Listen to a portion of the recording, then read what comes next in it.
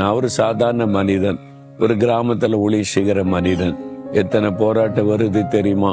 மத தீவிரவாதிகளால ஒரு பக்கம், அரசாங்க அதிகாரிகளால ஒரு பக்கம், சொந்த ஜனங்களால் வரக்கூடிய போராட்டம், இன்னும் எனக்கு விரோதமா செய்யப்படுகிற மந்திரவாத பில்லிசூனியங்கள் ஆவிக்குரிய போராட்டம். இவ்வளவுக்கு மத்தியிலையும் ஒரு சாதாரண மனிதனால எப்படி நிக்க முடியுது? எனக்கு ஒரு பலனை தேவன் தந்திருக்கிறார்.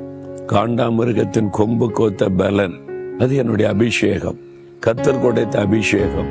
அந்த பரிசுத்தாவினர் அபிஷேகம் தான் நம்மை பலப்படுத்தி ஜெயம் கொடுத்து நடத்தும். நீங்கள் அந்த அபிஷேகத்தை பெற்றுக்கொள்ளணும். தேவன் தம்முடைய ஆவி உங்க மேல ஊற்றும் போது அந்த அபிஷேகம் உங்க மேல தங்கி இருக்கும் பாத்தீங்களா? அதை பார்த்து பிசாசை பயப்படும். நீங்கள் அந்த அபிஷேகத்தினால் எப்பவுமே நிறைந்திருங்க. காண்டாமிருகத்தின் கொம்பை போல பலனோடு நீங்க இருப்பீங்க. ஆண்டவரே, அந்த அபிஷேகத்தை எனக்கு தாரும்.